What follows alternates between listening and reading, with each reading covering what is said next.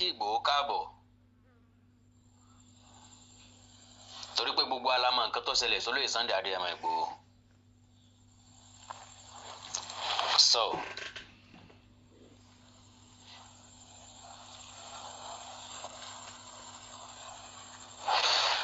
So pẹ̀lú eléyìí ó túmọ̀ sí wípé ọ̀rọ̀ tó sojú ìlú ọ̀farasin àwùtá àṣẹnú ẹnìkan ní jáwo. So pápá tí wọ́n ṣe ń lẹ̀ pápá. Olóyè Sunday Adéyẹmọ ṣe àwọn fídíò kan lẹ́nu ọjọ́ mẹ́ta yìí.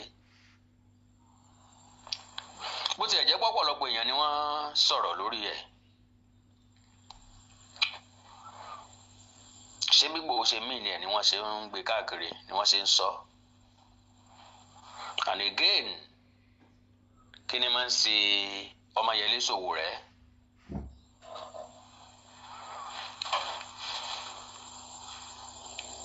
Yes, kí ni máa ń ṣe Ọmọyẹlé Sowore? Tó ìjẹ́ wípé kì í mọ ibi tó ń fì sí, àmì ìyàtà lè pé torí púpọ̀ nínú wa rí Sowore gẹ́gẹ́ bí àdán kò sékú kò sẹ́yẹ. Ṣẹ̀dáàgùn mọ́ bẹ́ẹ̀ ṣe wọlé bá mi share program yẹn jọ. God bless you sir, God bless you ma. Ẹ bá mi share ẹ. Ẹ jẹ́ kó délé kó dóko kó dẹ́sẹ̀ wò kó dọ́nà jíjìn. Kálíbà sọ nǹkan tó a fẹ́ sọ wọ́n sàn fọ́. Ẹ má bínú pé mo rán yín níṣẹ́. Ẹ ń bá fẹ́ kí ìlú ó dáa bí tí máa ń ṣe nù. So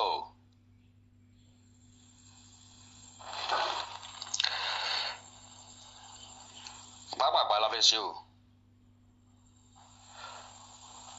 Àní pẹ́ o. Now, Ìgbòho sọ̀rọ̀. Ọ̀rọ̀ tí Ìgbòho sọ,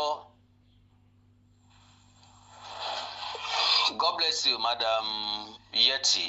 God bless you, ma. You're welcome. Kò pọ̀jẹ́ nù Ìgbòho lọ. Because nǹkan kan ló wáyé tí ìṣẹ̀lẹ̀ tó ṣẹlẹ̀ sí Olóyè Sunday Adéyẹmọ Ìgbòho fi wáyé. Ẹ bá ń gbé program yẹn. Kí ló ṣẹlẹ̀? Tí n tó ṣẹlẹ̀ sí Ìgbòho fi wáyé. Ó ní pé Ìgbòho ò fẹ́ yàn jẹ, kò sì fẹ́ ìrẹ́jẹ. Ìrẹ́jẹ ní sì fẹ́ gbẹ́. Ìpè fún ààbò nílẹ̀ Káàárọ̀ Oòjíire.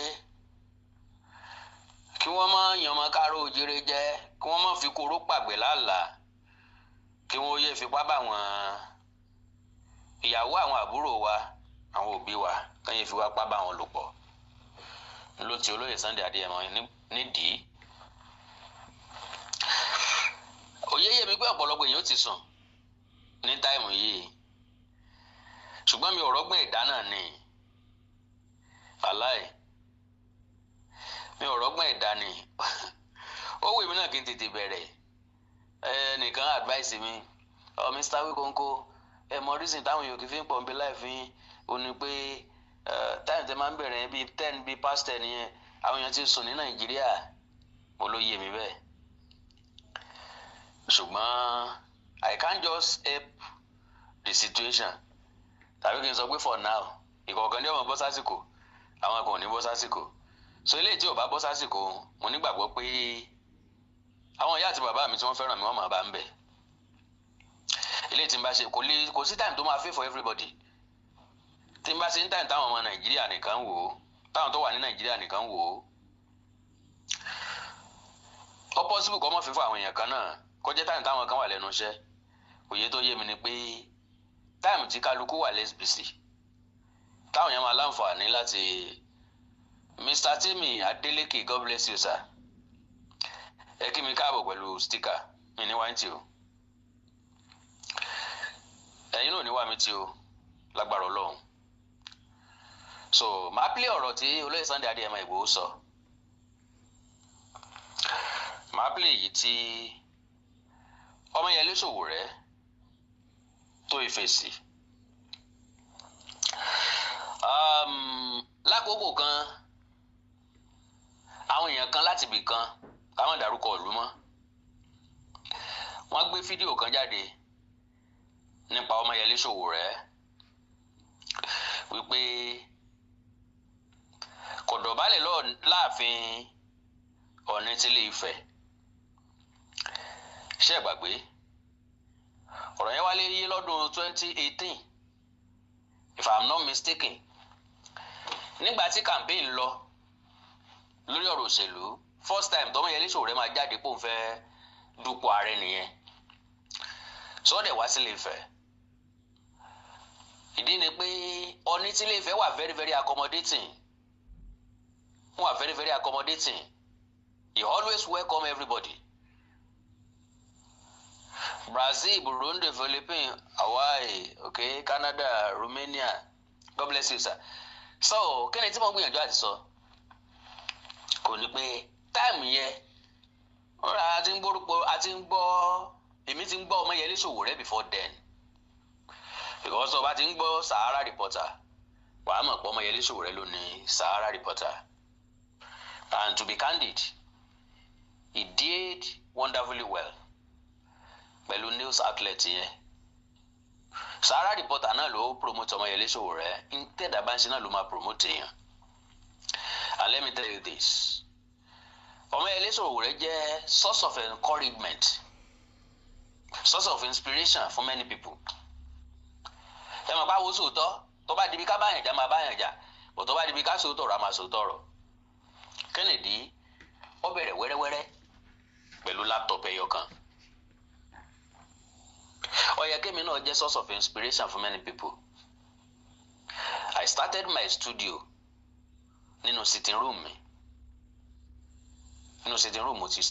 bẹ̀rẹ̀ studio mi. Plywood mo fi ọ̀rá káàfù bì kan sẹ́gbẹ̀ẹ́ mẹ́nu ọ̀nà yàrá. Mo dẹ̀ gbé mixer síbẹ̀, mo dẹ̀ gbé microphone síbẹ̀, mo dẹ̀ ń present láti bẹ̀. So ìyẹn jẹ́ ẹ̀kọ́ fáwọn tí ń bọ̀ lẹ́yìn, especially àwọn tí wọ́n máa ń dájọ́ sí nǹkan tàbí àwọn tó máa ń sọ wípé ó dìgbà táwọn bá tóbi tó báyìí káwọn tó gbégbèsè. You don't always start big, you start small and grow big. Àwọn èèyàn kan wà tó lọ́n fún wọn lórí ọ̀fẹ́, they can start big at any fucking time. Davido lè bẹ̀rẹ̀ big, ọmọ olówó ni láti lẹ̀. Ọmọ Ọ̀tẹ́dọ́lá lè bẹ̀rẹ̀ big, ọmọ Makadenuga lè bẹ̀rẹ̀ big, ọmọ any governor lè bẹ̀rẹ̀ big, ọmọ any president lè bẹ̀rẹ̀ big, ọmọ Dangote lè bẹ̀rẹ̀ big, ṣùgbọ́n àwa ò lè bẹ̀rẹ̀ big. Àbówó ńlé ẹnìkan kò ṣiṣẹ́ lẹ̀ fún wa, wọn lọ máa tàpátá dìde ó rọrùn, wọn máa tàpátá dìde rọrùn because àpáta rọrùn láti sáré lórí ẹ̀. Majority wa tàbí ó lè má jẹ́ majority o, ikọ̀ kan láàrin wa including myself, èmi sí ọmọ àtàpátá dìde o, ọmọ àtẹrọ̀fọ̀ dìde ni mí, ẹrọ̀fọ̀. Ẹ mà kéèyàn fẹ́ máa yọsẹ̀ nínú ibì kan kí mi ò tún máa wọ bẹ̀, kó tún máa yọ kí mi ò tún máa wọ bẹ̀, kó tún yọ eléyìí kí mi ò tún wọ bẹ̀. So irú èèyàn bẹ́ẹ̀ ni Ọmọyẹlé Sowore. Ìgbà tí mo wo interview ẹ̀ lórí báwo ló ṣe bẹ̀rẹ̀, mo rí i pé ọkùnrin ni. Now ká má wàá yà kúrò níbi tá à ń lọ. Lọ́dún 2019 Ọmọyẹlé Sowore wá sífẹ̀ẹ́. Bóyá mi mọ bó ṣe rí o, bó ṣe pọ̀ kábíyèsí Ọọ̀ni tó ní dẹ̀ sọ pé kó máa bọ̀. So ǹjẹ́ lẹ jẹ́ mọ̀ pọ́jọ́ yẹn náà ni Sowore fail. Lóòótọ́ ká ní ò ṣe nǹkan tó ṣe náà, Sowore ò níbi tó ń lọ as far as Nigeria is concerned, because anybody tó bá wà aggressive ò lè lead Nigeria. Ẹni tó lè lead wa lẹni tó lè tàn wá, tó lè parọ́ fún wa, tó lè pọ́n wa lé, tí ó yàn wá jẹ tí ó kì í ṣe irú àwa tá à ń sojú abẹ ní Èkó yìí wàhálà mi lè jẹ kánsílọ̀ kò sẹ́ni tí ó dìbò fún mi débi tí màá jẹ chairman local government kò sẹ́ni tí ó dìbò fún mi because ìgbà tí n bá sọ fún pé mi ní náwó fẹ́ nìkankan kódà mi ní ṣe pósítà àbí tó pósítà bá lè dàbí passport lókù tàbí tí ó dàbí picture 5x7 ẹ̀ ń bá ti rí mi mẹ́ẹ̀ rí mi ẹ̀ tí ò bá dẹ̀ rí mi wàhálà ilé ayé tiẹ̀ nìyẹn kó tán ojú ẹ̀ dáadáa tàbí kó lọ ràgò. So now Ọmọyẹlé Sowore wá sílé Ifẹ̀ kábíyèsí Ọọ̀ni ò tètè attend sí kábíyèsí wa wọlé Ọmọyẹlé Sowore wá dọ̀bálẹ̀ àwọn wá ní kó dọ̀bálẹ̀ wá lòun ò lè dọ̀bálẹ̀ òun ṣe máa dọ̀bálẹ̀ kábíyèsí dáhùn dúró fòdìdí wákàtí 3 tẹ́ bá gbàgbé èmi àkàndọ̀rọ̀ agogo jáde against ẹ̀ nígbà yẹn mo kọ́ jáde mo praise ẹ̀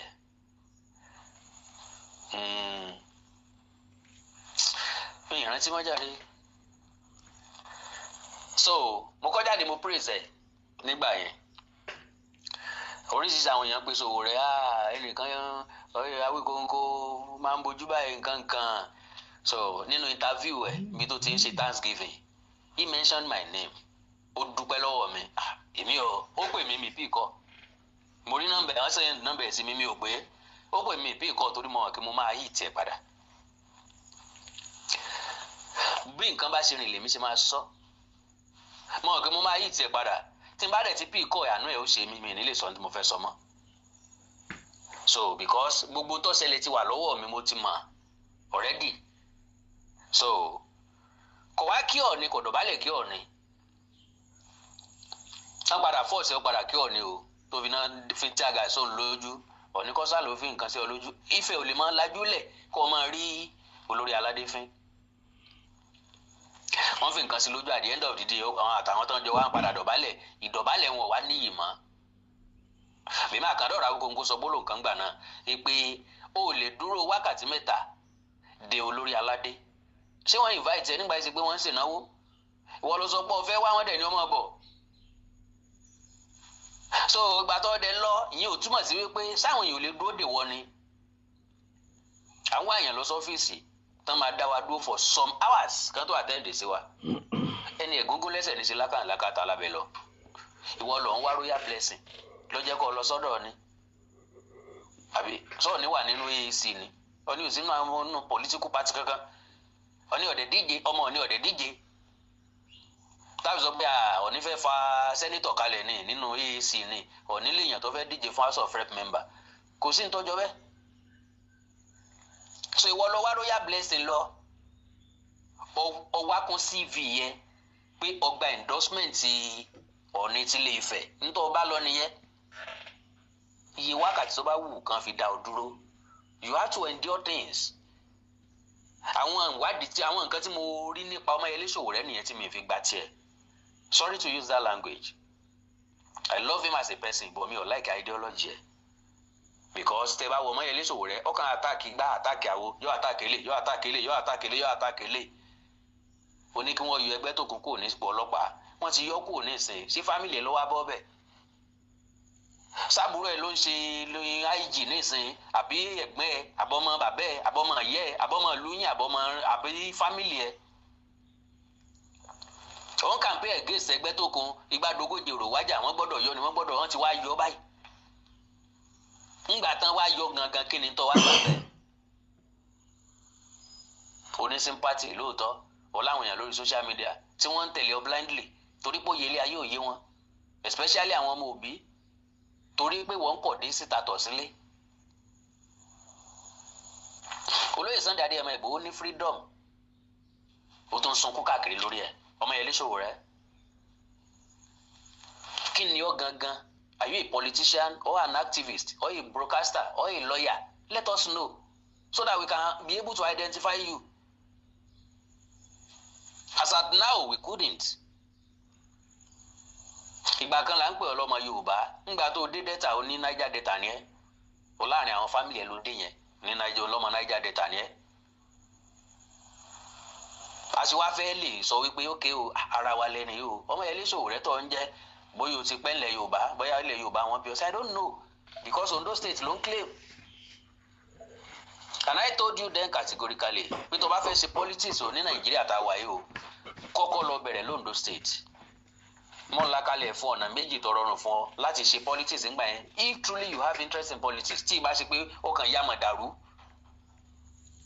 ọkàn wá láti wá da gbogbo nǹkan rú kí wọ́n mọ̀ létò kí nǹkan mọ̀ lójútùú. tó bá jẹ́ lóòótọ́ lo interest nínú politics you can't just be coming from nowhere and be telling us pé o fẹ́ jẹ president Nàìjíríà kan náà ti ń ṣerú ẹ̀ bóyá ó lọ sílùú míì tó kéré tí ojú ò ti kára mọ́ tán ti mọ àbí tójú ti kára mọ́ tán ti mọ́ra wọn.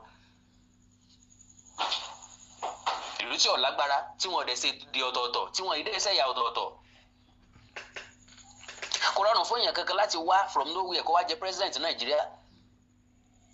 because ló dàbí ẹni pé wọ́n ń réyè lọ́rọ̀ president bí ìgbà tán bá ń réyè ọba Ìbàdàn you have to be in system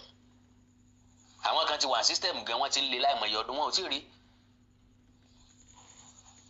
Àtíkù Abubakar yóò ti máa lọ bí ẹ̀kẹfà bí ẹ̀keje kò tí ì rí mú ọ̀pọ̀lọpọ̀ èèyàn ló ní interest wọn ò rí mú. Bọ́lá Ahmed Tinubu ti bẹ̀rẹ̀ processing more than 20 years ago wọ́n fẹ́ yí lágbòdà ní onírọ̀ o èmi lọ́kàn o à ń to kínní ni à ń pin ni ẹ ti tò dọ́dọ̀ mi ó yẹ kẹ́ ẹ fún mi kò yẹ kó níyàn jíjà nínú.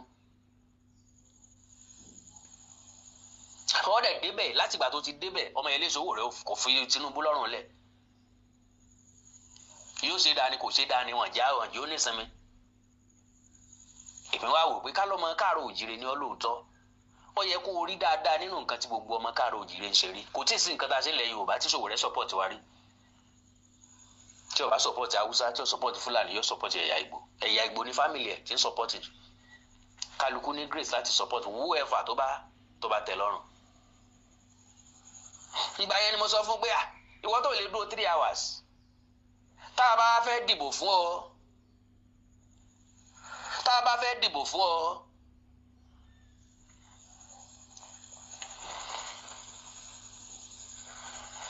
tá a bá fẹ́ dìbò fún ọ how many hours la fi máa dúró sínú oòrùn bójò bá ń rọ̀ àìkú omi tá a ti ń dìbò lọ́pọ̀lọpọ̀ gbà látàárọ̀ dálẹ̀ la fi máa wà ń bẹ̀. ìwọ ọ̀dẹ̀ lè dúró 3 hours but then expect àwa ká dúró for so many hours fún ọ kó o lè wọlé against ẹ̀ngbà náà pé n tó mú ọ tó fẹ́rẹ́ lórí aládé fẹ́ ó ní respect and we don't want people like you ọ̀pọ̀lọpọ̀ àwọn àgbàlagbà lórí fi ń gbà náà. ok ọ̀rọ̀ wá ṣẹlẹ̀ wọ́n kọ lórí olóyè Sunday Adéyẹmọ Ìgbòho Sowore dẹ̀ ní strategy ó ní logic bí ṣe máa ń rìnrìn àjò ẹ̀ tí nǹkan bá ṣẹlẹ̀ gbáà ó yọjú free pọ̀ kò ní sí follow up yóò dá ìdá tó bá ti di pé kìí ṣe tó lè fẹ́ fọ òun gbàtọ́rọ̀ Sunday Igboho ṣẹlẹ̀ ó dìde lóòótọ́ àwọn èèyàn tán kó lọ sí Àbújá láti ilé olóyè Sunday Igboho ó lọ ń wò wọ́n l'Àbújá we all see it now Igboho wá jáde olólóṣèlú alámàlà ni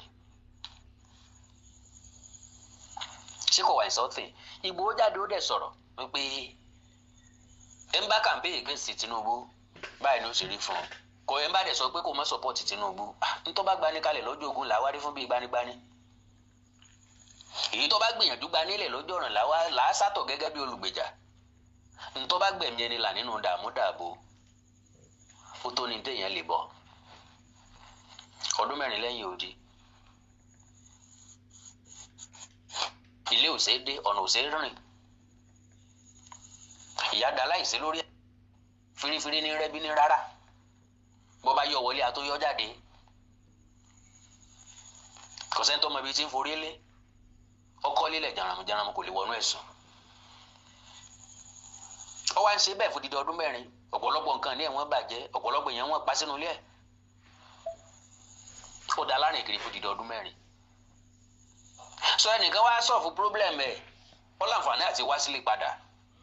kò tó ń dùn mọ́lẹ̀ ayé yín nù. so ẹ má jẹ́ ń gbà àkókò yín ẹ jẹ́ ń sáré play tí mo fẹ́ play ọ̀rọ̀ tí Igboho sọ ní ká kọ́kọ́ play then ká wá play ọ̀rọ̀ Ọmọyẹlé Sowore bó ṣe kàn án bí wọ́n jà lẹ́kejì ṣe jẹ́ ti and again bó ṣe gbọ́dọ̀ bad mouth to everybody. èèyàn lè contribute sí issue èèyàn lè contribute sọ̀rọ̀ ó lè sọ opinion tiẹ̀ he always talk anyhow. Ọmọyẹlé Sowore ò ní break ẹnu òótọ́ ọ̀rọ̀ délẹ̀ ká bára wa sọ. àtọ́ bá dẹ̀ ti rí kámẹ́rà tó náà bá ti rí kámẹ́rà tó bá ti rí máìkì ń sọ̀rọ̀ lọ́nu. wọn yóò ṣe kàṣà náà kí lẹsẹ mi tí mo ṣe síta tó tí mo ní kí yorùbá wọn rìn ní tani mo pa mo ní yẹn fúlàní tẹrọrìsì mo pa àwọn ọmọ ẹkọ lórí ilẹ̀ wa wọn Buhari tó ń jẹ pírẹsidẹntì ọba ti ṣe déédéé ẹgbẹ́ Nàìjíríà. bó ìṣẹ̀lẹ̀ náà nìyẹn gbà yẹn ntí gbòó sọ ni wípé òun ọ̀dà lúrú òun ọ̀pá yẹn òun ọ̀dẹ pàṣẹ fúnlẹ̀ Yorùbá pé báyìí kẹ́ ṣe because Nnamdi Kanu tí gbogbo yín dìfẹ́ǹdì ẹ̀kan ṣoṣo ó pàṣẹ síta tó ní stéètì bíi 5 àwọn gọ́vnọ̀ dẹ̀rí overturn àwọn yẹn bẹ̀rù ọ̀rọ̀ ẹ̀ jọ̀rọ̀ àwọn gọ́vnọ̀s lọ. wàhálà ti lásìgbò ní South East ó lọ fọ́pọ̀lọpọ̀ ọdún nítorí ọ̀rọ̀ Nnamdi Kanu wàhálà lè Káàárọ̀ Oòjíire ó bọ̀ pọ̀lọpọ̀ dúkìá jẹ́ bọ̀ pọ̀lọpọ̀ nǹkan jẹ́ nítorí ọ̀rọ̀ Nnamdi Kanu. Olóyè Sunday Adéyẹmọ Ìgbòho sí kankan bẹ́ẹ̀ bóyá lórí fóònù bóyá lẹ́yìn odi bóyá nínú odi kò pàṣẹ tí ó dà lúrú kò sọ̀rọ̀ tí ó bà ló jẹ́ kò dẹ̀ sẹ́ni tí ó gbẹ̀mí ẹnìkankan ẹnìkan kan ò gbẹ̀mí mì nínú ìrìn àjò Sunday Ìgbòho rìn yàtọ̀ sí páwọn DSS wọnú ilé ẹ̀wọ̀n yìí mọ̀ pààyàn bẹ́ẹ̀.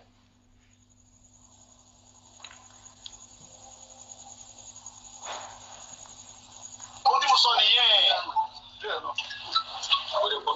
kò tí pọ̀ jọ̀rọ̀ tí mo lè sọ lọ sọ táwọn ni mo fi ẹ̀tọ́ wa ní mo fi yan mọ̀ sí wọ́n wá nípa wọ́n pa àdùgá wọ́n pa àbúrò bàtà ìyá mi kúlẹ̀ lórí wọ́n pa àwọn kẹ́lẹ́ kù lórí. ìyá mi kúlẹ̀ lórí reality ní ẹ̀rí pípa tí n bá fẹ́ sọ màá ní màmá yìí ò tí ì dàgbà púpọ̀ jù. after all bàbá ń sọ̀rọ̀ nípa ìyá olóyè Sunday Adéyẹmọ Ìgbòho ìyá olóyè Sunday Adéyẹmọ Ìgbòho màmá tí mo mọ̀ dáadáa ni màmá tèmi fúnra lára mi ti wá lọ lé ni tí mo torí ẹ̀ lọ́jọ́ méjì ń gbò ọjọ́ tí mo débẹ̀ wọ́n ní wọ́n lọ sọ́jà ó dẹ̀ máa pẹ́ kán tó dé ara wọn jí pépé ara màmá jí pépé ọ̀rọ̀ ẹnu wọn sáǹdì dáadáa màmá ò tí ì darúgbó ìyá olóyè Sunday Adéyẹmọ Ìgbòho ò tí ì darúgbó so ìrònú ọmọ ni ló jẹ́ kí màmá yóò tètè lọ. so nígbà tí Ìgbòho ti wá sílé ìwọ̀nba èèyàn péréte ni Ìgbòho ń rì ìwọ̀nba èèyàn péréte ní ìṣẹ̀lédè lẹ́yìn ẹ̀ ní ìṣẹ̀lédè ìwọ̀nba èèyàn péréte ní sọ tó dáa nípa rẹ̀.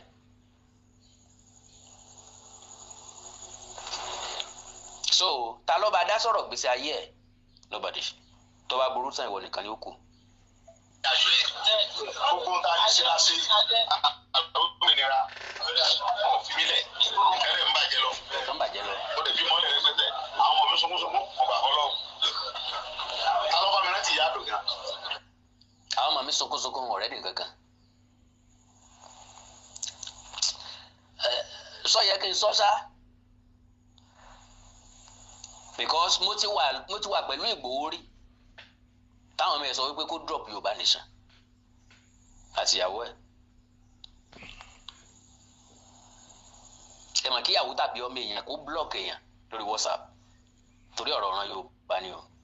I was there.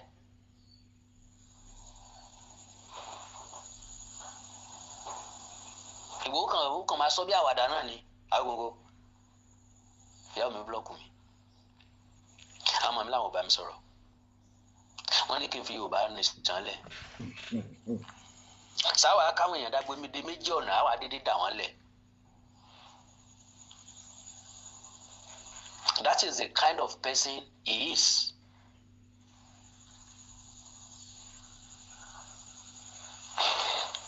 Okay. ta ló bá mi rántí rántí ìyàwó lọ́wọ́ àti àtàwọn ọmọ rẹ̀ mọ́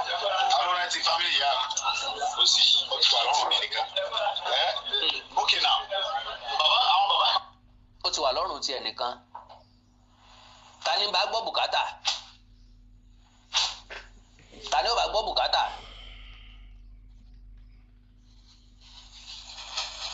lórí ọ̀pọ̀lọpọ̀ àwọn èèyàn tí wọ́n depend lépo tí wọ́n live by him so wọ́n dẹ̀ rí freedom ẹ̀dẹ̀ ní kọ́ mọ́ gba freedom kíkọ́ takú wọn lé bí ara bí tó ń takú wọn lé tí ń bá dájọ́ jiyàn tí ń sọ̀rọ̀ sàkàsàkàsà dájọ́ tọ́ládájọ́ lẹ́tọ̀ọ́ láti gbé ẹjọ́ òun tó lórílẹ̀‐èdè Nàìjíríà ò lófin tó lè gbé òun dè kí wàá wọn fi gbé dè nísìn tí èso òfin náà ni ìyẹn jù ọ lò níjọ́ kan ìjọba ni wọ́n ń pè é ntọ́rọ̀rùn fún ọ láyé ni pé má jẹ́ kọ́wọ́ ìjọba ó bá ọ wọ́n bá èyọ́ ó tún dọjọ́ mi ọjọ́ rẹ̀ òfin nìkan ló lè gbà ọ́ lẹ̀ tíjọba bá mú ọ o àtọ́jú àánú irú ilé ìtòlóyè Sunday Adéyẹmọ Ìgbòho rè. bá a lè di pé ẹ̀sùn lọ́dọ̀ bàbá Tinubu yẹn yára pa sọ ọmọ yìí lọ́rùn lẹ̀ kó lè máa padà sí bó ti ń ṣe nǹkan rẹ̀ wẹ́rẹ́wẹ́rẹ́ bàbá yẹn ni mo gbọ́.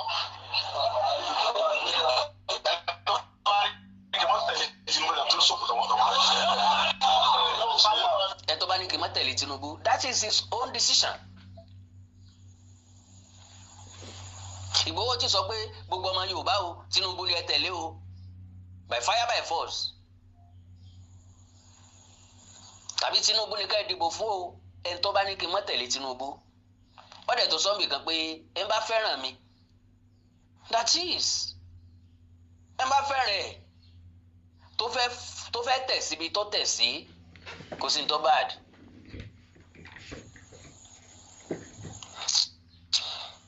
Wọ́n tó ṣe network yẹn Facebook yẹn tó ti hang I don't know ó sì wà ń bẹ̀ ó wà ń bẹ̀ YouTube sì wà ń bẹ̀ Facebook yẹn kàn ti hang ni bóyá ó máa release ẹ̀ tó bá yá.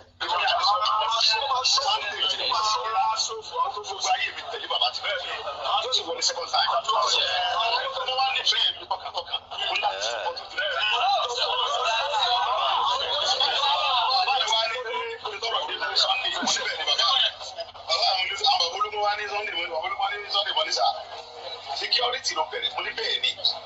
tí o lè rí àwọn ọmọ bíi 50,000. mo ní bàbá mi máa rí bẹ́ẹ̀ lọ. Ìgbòho ní bàbá Olúgbọ́n kábíyèsí Olúgbọ́n ọba Olúṣọlá wọ́n ní security ló fi bẹ̀rẹ̀ àwọn sọ pé bẹ́ẹ̀ ni èmi Àkàndọ̀ Àwíkòǹkò Àjàó Àwíkòǹkò aṣọ lójú ọlọ́rọ̀ mo rè é bá ẹ̀gbọ́n mi Ìgbòho lé fúnra lára mi I can say that categorically bọ̀dá àti ń da kínní ìpapọ̀ security la fi bẹ̀rẹ̀ ṣé security ni a fẹ́ dìmú ni àbí Yorùbá nation ọ̀tọ̀ ní Yorùbá nation ọ̀tọ̀ lọ́rọ̀ security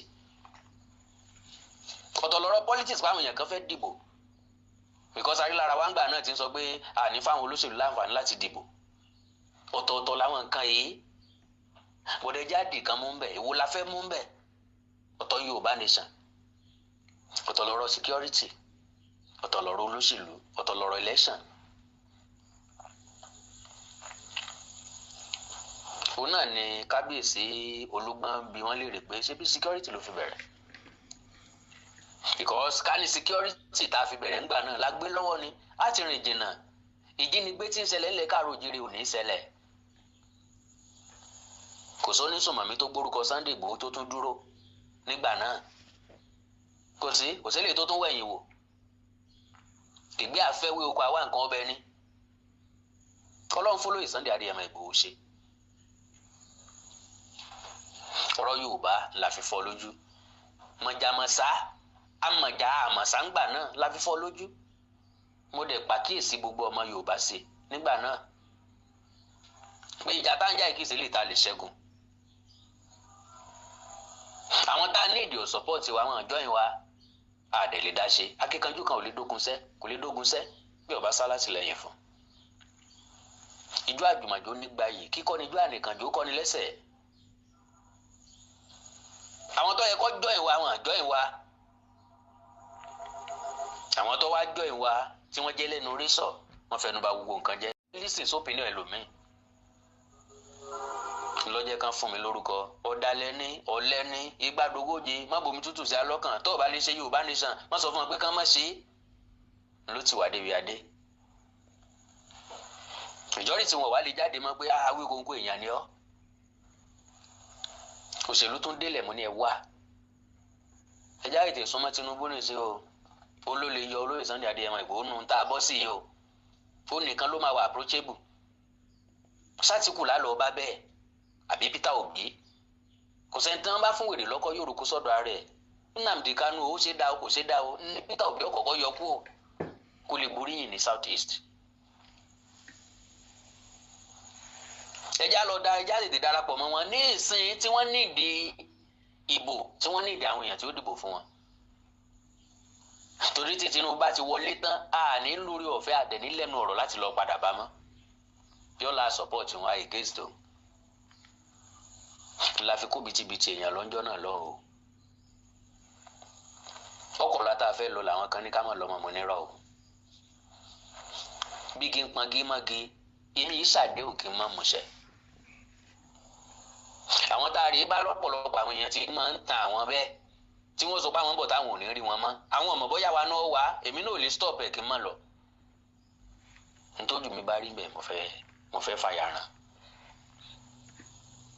láti lọ pèsè ààyè tó softin sílẹ̀ fọlọ́yè Sunday Adéyẹmọ Ìgbòho ni I got nothing from the meeting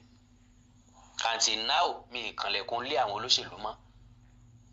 mo fi Ọlọ́run ọ̀run búra mo lọ Àbújá eléyìí tó dìṣòro àwọn èèyàn kan bàbá mo lè ṣe làáyàn and I told you people I love record.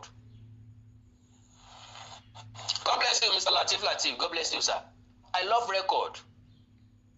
kálukú wa ló ní reason and purpose tó fi ṣe nǹkan tó ń ṣe èmi fẹ́ jẹ́ àmọ̀ fáwọn ìwé tí ń bọ̀ lẹ́yìn lórí àṣà àtèdè kan nílò nǹkan nínú ọ̀rọ̀ Yorùbá nínú èdè Yorùbá nínú àṣà Yorùbá nínú ìtàn Yorùbá kan ní ẹja lọ wo àwọn nǹkan táwọn kòǹkò ti ṣe sẹ́yìn bóyá mo wà láyé àbí ìsí láyé mo fẹ́ witness ibi tí wọ́n ti transit from one leader to another one president to another mo fẹ́ rí fúnra lára mi and I went to Abuja lóòótọ́ ọ̀pọ̀lọpọ̀ àwọn èèyàn tá a jọ lọ sorry to say ọmọ ẹ̀jẹ̀bẹ̀rẹ̀ tí wàá bẹ̀ àyà pọ̀ nù wọn àwọn náà ń jẹja tí wọ́n record rẹ̀ I tasted nothing bílẹ̀ ọba sọ̀rọ̀ síbẹ̀ lọ Àbújá síbẹ̀ ẹjọ́ lọ jẹja ní síbí gbàdógójì sí bóró ọ̀wájà I now ask them ta lẹni tó lè ṣe ju bí Tinubu ṣe ń ṣe yìí lọ kò ìdánmọ́rán lóòótọ́ ṣùgbọ́n kọ̀ọ̀kan nínú wa ajẹ́ni tí ń kàwé àdẹ̀jẹ́ni tí ń wádìí mo wádìí ẹni tó change ìtàn ìgbésí ayé Singapore mo rí polo 35 years lórí àlééfà as president. lónìí tá a bá sọ̀rọ̀ ìlú tó develop àmọ́ Singapore ṣùgbọ́n ẹni tó change situation wọn tó change life wọn tó jẹ́ kán rí ilé ayé gbé olo 31 years lórí àlééfà Nàìjíríà ò lè ẹ̀fà gbárù ẹ̀ láéláé. So ìṣòro tá a ní pẹ̀lú àwọn youth of nowadays ni pé pẹ̀lú Nigerians pẹ̀lú ọmọ Yorùbá wọn ò kí ń fẹ́ different opinions wọn ò yàtọ̀ sádetí orin kan tádetí bá gbọ́ tètè ẹ̀fìdí náà ni ó máa rán mọ́nu nǹkan ẹyọ kan tẹ́nìkan bá ti kọ́kọ́ sọ tán ti gbámú náà ti gbámú tẹ́lómi bá wá with different idea different opinion different decision ó ti dọ̀tá wọn èmi ò dé lè tẹ̀ síbi táyé ń tẹ̀ sí bó bá jẹ́ bí ayé tẹ̀ sí ọ̀dà mo máa dúró sórí grand mi at the end of the day mo máa ń padà sọ sí di mbẹ because ẹ padà rí pé òótọ́ ọ̀rọ̀ ló sọ o nǹkan tó dúró lé ó ní point bọ́tẹ́ ìrírí lójú ẹsẹ̀ ẹ sáré máa táàgì mi gbogbo tó ń ṣẹlẹ̀ ní ìsìn mo ti predict ẹ̀ sẹ́yìn so. ìṣúná lọ kí ẹ lè fẹ́ ṣàwọn tẹ́rọ̀rì tó ń disturb wa ní ọmọ ara rẹ̀ bàbá ní àwa sọ fún president pé security ọmọ ẹ̀ ó fẹ́ ṣàwọn tẹ́rọ̀rì sí wàhálà ni ó àtẹ́níwé ẹ̀ lẹ́nu ìyẹ̀wò ọ̀bẹ̀ wọ́n ní bàbá mi á sì fẹ́ ẹ lọ. wọ́n ní bàbá Olúgbọ́n béèrè lọ́wọ́ àwọn so lè ráwọn ọ̀dọ́ bíi 50,000 olóyè Sunday Adéyẹmọ Ìgbòho lòun ò rí jù bẹ́ẹ̀ lọ ọ̀rẹ́ àwọn ń sùn mọ̀mí tán yọ wá lẹ́nu dà wá láàmú yìí ẹni tó pa wọ́n Ìgbòho ní bẹ́ẹ̀ ni and let me tell you the fact bó ṣe wí gẹ́lẹ́ ó possible bẹ́ẹ̀ because ìran Káàárọ̀ Oòjíire fúnra lára wa akínni wa o kò sọ lẹ́nu wa o ṣé ẹ gbàgbé ó ní lára wa tí máa ń dẹgbé ná tí máa ń dẹgbé òru ọdẹ kan ṣoṣo yóò sọ náà máa rí ọdẹ dẹgbẹ lọ lóru ó nìkan nugbó yóò pẹran yóò nìkan gbé wálé akin wọn ń pè bẹ́ẹ̀ ìran Káàárọ̀ Oòjíire ò kì í sojo ká tó wá sọ pé ńgbà tá a bá pọ̀ confidence wa máa ń ga sókè ara wa igun wa máa ń kàn because a ní a máa wo ẹ̀yìn àárẹ̀ èèyàn á wò wájú ara àwọn èèyàn ọkàn wọ́ balẹ̀ àwọn tí wọ́n ń jí wa gbé tí wọ́n ń fẹ́ràn jẹko Ọlọ́run ọba mi ń gbọ́ wọn ò lẹ́mìí wọn sì lágbára wọn lójoojú pátá mọ́ lọ torí kò sí resistance ni wọ́n fi ń kọlù wá ní gbogbo ìgbà tá a bá dúró tán tá a fẹ́ resist wọn Ọlọ́run gbọ́ wọn ó sà 50,000 ọmọ Káàárọ̀ Oòjíire kò ní sájínigbé nugbó wa mọ́ láéláé sásásá náà máa fọ gbogbo nugbó mọ́ kódà kàn má gbé bàdá nìkan gbé kù mà lásán dání ajínigbé ọ̀nà pápábùrà ni so wọ́n béèrè lọ́wọ́ àwọn pé sáwọn lè ṣe àwọn làwọn lè ṣe àwọn ọba làwọn bá Aṣíwájú Bọ́lá Ahmed Tinubu sọ̀rọ̀ kàn gbé security ilẹ̀ Yorùbá fún Ìgbòho. Ọlọ́dẹ fàṣẹ sí àwọn bàbá yẹn bá bàbá Tinubu sọ̀rọ̀ bàbá ní terrorist ní adìgẹ Facebook bàbá terrorist náà là á fèsì kò sí lókè kí àwọn Fúlàní tẹ́ bá ti dáadáa àbí Haúsá tẹ̀ sí tiẹ̀ jẹjẹ àdébàbàlá pẹ̀lú wọn ṣùgbọ́n àwọn terrorist wọ́n ń wọnú ilẹ̀ wa pé káwọn bàbá wọn kọ́ dòdò àwọn yẹn ní àfẹ́mọ́ wọ́n ní kò sí tó fi sẹ́yìn lọ àríjà àwọn yẹn rẹ̀ lọ kọ̀wé wa àpòpọ̀ ẹ̀fọ́ náà ẹ bá pàtẹ́ òkè wa.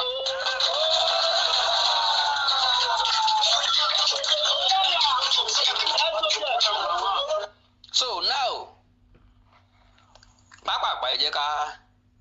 gbọ́rọ̀ tọmọ Eléṣòwò rẹ náà kọ́mọ́dàbẹ́ ni pé aróde apá kan adá kan sí ń bọ̀ ọjà o sọ̀rọ̀ rẹ lélẹ̀.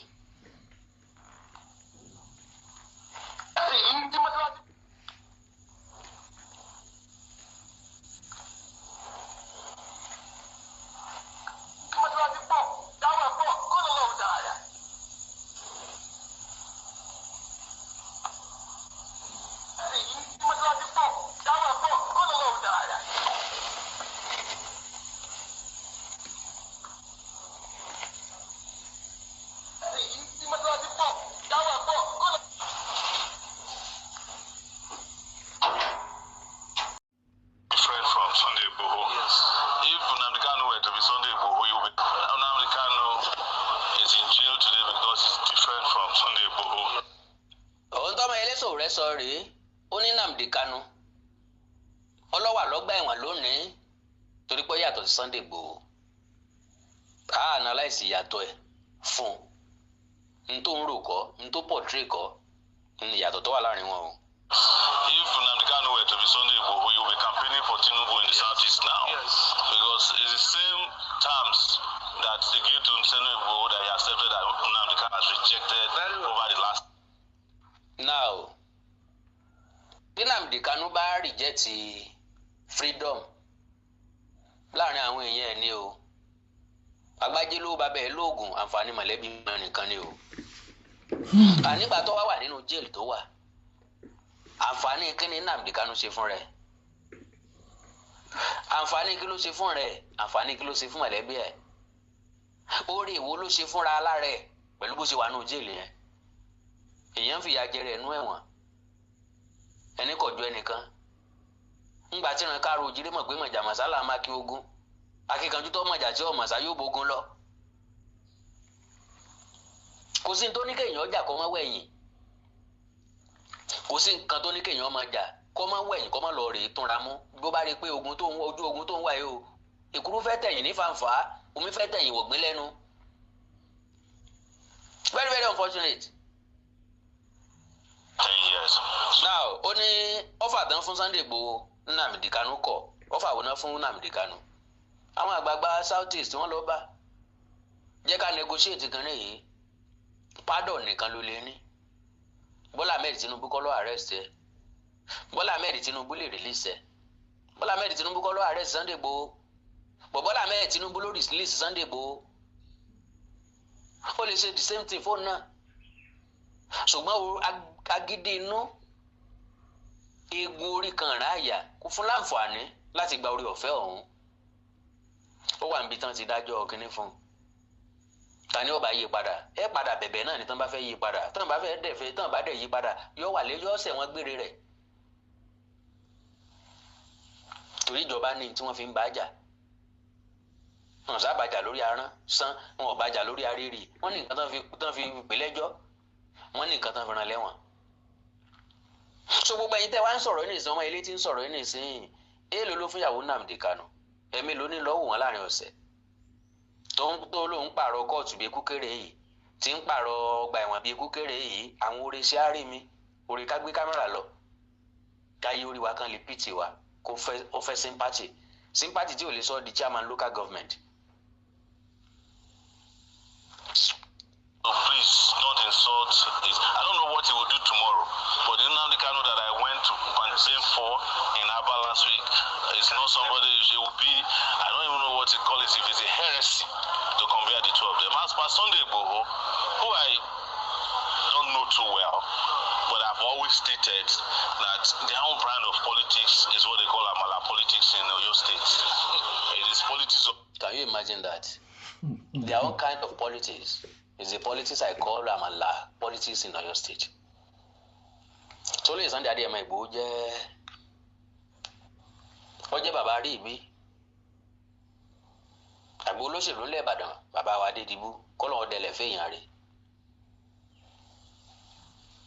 lẹ́nu ọmọ Yẹlé Sowore o ìran tiẹ̀ ní máa ń ẹ́ńtà against ìran mi. Chop I chop. It is what they used to call during in the Southeast or rub rub my back, I rub your back. So, but what Sunday Igboho is going to quickly realize is that it's going to be in the hall of infamy, like the Nzeribes of this world,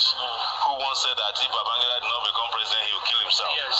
Right? Both him and Babangida have become invalid. You know, it's like Daniel Kanu, who said if Abacha did not become president, he will kill himself. Abacha has died, his own political career died forever. It's like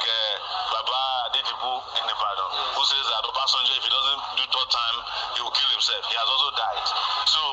these are ideas that will not last, and I have no doubt that Sunday Igboho has just automatically, if he was ever relevant, just retired himself into the infamy of the people I mentioned. Jáwá béèrè lọ́wọ́ ẹ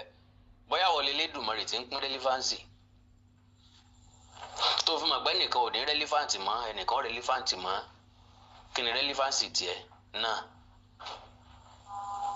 òní lórí ọ̀la ńkọ́. Ìgbòho sọ pé wọ́n tẹ̀lé Bọ́lá Tinubu àbó súre fún Bọ́lá Tinubu àbó dúpẹ́ lọ́wọ́ Bọ́lá Tinubu kò túmọ̀ sórí burúkú kò dẹ̀ sí ẹni tí wọ́n ṣe bẹ́ẹ̀ fún tí ò ní jáde bẹ́ẹ̀ o. Reality kò sẹ́ni tí wọ́n ṣe lóore tí ò ní dúpẹ́ oore la fi ṣẹ̀san oore òkè yẹn sọ oore ńlá fún mi kí ni how can I pay him back ọ̀nà owó mo fi lè san fún padà ọ̀dà o ńgbà tó náà bá nílò mi o máa jáde fún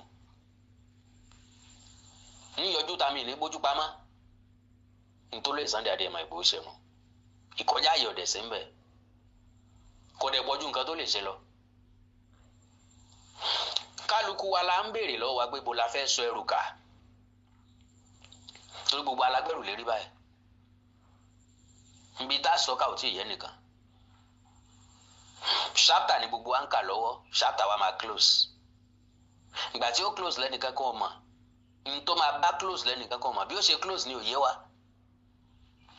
Ọlọ́run nínú ẹ̀ ní kó ràn wá lọ́wọ́ kọjá rí ibi ire sọ ẹrù wa kà kó dẹ̀ já sọ̀kalẹ̀ dáadáa. Ẹ gbà àwọn èèyàn míì ńgbà tán fẹ́ sọ ẹrù kalẹ̀ ẹrù tán ti ń rùbọ̀ látọjọ́ pẹ́pẹ́ ńgbà tán fẹ́ sọ̀kalẹ̀ lẹ́rù dànù. Ẹ tí rere téèyàn ti ń ṣe wàhálà tó ti lọ sọ́jà lọ ra nǹkan ọbẹ̀ lọ́rẹ̀ ẹja tọ́ra ta tọ́ra gbogbo ẹ̀ tó jẹ́ pé ńgbà tọ́bẹ̀ bá jiná tán tó ní kó ń sọ wọlé lọ ọbẹ̀ ọ̀dànù ọbẹ̀ míì gò tó dà sínú àrò. Ilé tó bá dànù sórí sìmẹ́ǹtì ẹ̀ tún ògbé sílẹ̀ ẹ̀bẹ̀ ọ̀dọ̀tí ẹ̀ tún gbọ́n èyí ó tún má nìjẹ́ bẹ́ẹ̀ bí wàhálà àtàárọ̀ kò gbọ́dọ̀ lọ bẹ́ẹ̀. Ìgbà tẹ́lómi ọ̀sẹ̀ rù kalẹ̀ ni yóò dànù níbi tí Sowore náà fẹ́ sọ̀ka because ọ̀pọ̀lọpọ̀ nǹkan náà láti mọ̀ nípa tiẹ̀ náà àti mọ̀ capacity ẹ̀ àti mọ̀ ibi tó yẹ ẹ̀ dé àtọ̀gbọ́n ẹ̀. Anybody tí ò bá ti ní grand kò sẹ́ni tí Sowore wọ̀ against kò sẹ́ni tí ò attack kò sí nínú ẹ̀sàdá yẹn. Anybody tó bá ti ń ṣe rere tàbí tó bá ti ń rìn lọ́nà tí ì ṣe ti Sowore ó máa against wọn máa attack wọn. So Ọlọ́run ràn òun náà lọ́wọ́. Àkàndọ́ ra Awikonko Àjàó ara Awikonko aṣọ lójú ọlọ́rọ̀ bá wí tòní tọ̀la kẹ́ni má ní òní torí ẹ̀kọ́ jáwọ́ ẹ mọ̀ jẹ́ ń lójú bá ń lọ lórí ọ̀rọ̀ Sowore because ó wà disgusting ó wà irritating kò wé tí mi gbọ́ mo kàn láti lo díẹ̀ yẹn bẹ́ẹ̀ ni ká lè gbọ́ nǹkan tó sọ. Kí ni Ìgbòho ṣe Ìgbòho kọjá yìí bàbá ṣe ni lórí ọpẹ́ láàdá ṣé Ìgbòho tún wá jáde yóò tún mọ against Bọ́lá Tinubu ni àbí yóò máa ṣépè fún sáwọn tó defend ẹ̀ gan sáwọn tó fọ́ tó àwọn tó gbẹnu ẹ̀ sọ̀rọ̀ gan ṣé wọ́n ó tún sọ̀rọ̀ ni